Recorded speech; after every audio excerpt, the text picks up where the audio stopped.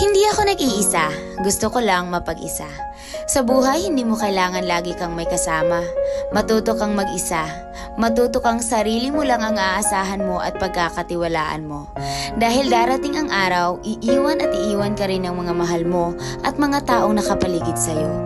Hindi sila habang buhay nasa tabi mo natutulungan ka kapag napapagod o may problema ka. Dahil lahat tayo ay may kanya-kanyang responsibilidad sa buhay.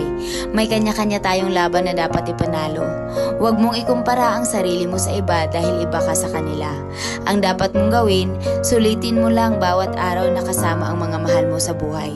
Dahil hindi natin alam kung ano ang mangyayari bukas. Bigyan mo ng halaga ang bawat minuto na kasama sila. Dahil hindi habang buhay ay makakasama mo sila. Matuto kang harapin ang lahat ng hamon sa buhay ng mag-isa.